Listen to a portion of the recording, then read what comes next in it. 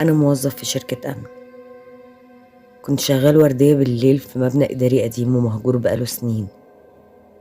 مطلوب مني أمر على الأدوار كل ساعتين، وفي مرة وأنا طالع الدور الرابع سمعت صوت تكتك على كيبورد، وكأن في حد قاعد بيكتب بتركيز وبسرعة.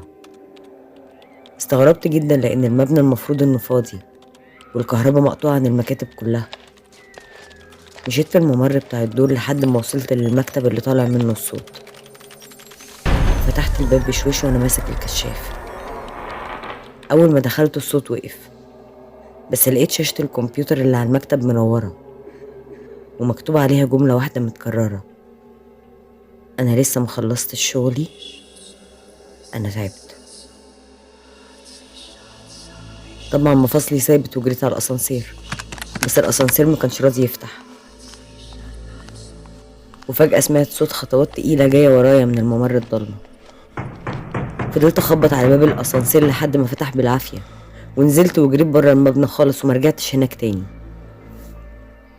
لما حكيت لزميلي القديم اللي كان شغال قبلي، قال لي إن المدير اللي كان ماسك المكتب ده مات بسكتة قلبية وهو شغال لوقت متأخر، ومن وقتها وهو لسه بيحاول يخلص شغله ويحكي عن تعبه لأي حد يدخل مكتبه.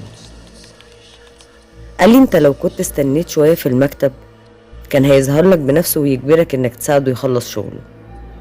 سألته انت عرفت ازاي؟ قال لي وهو على وشه ابتسامة مرعبة.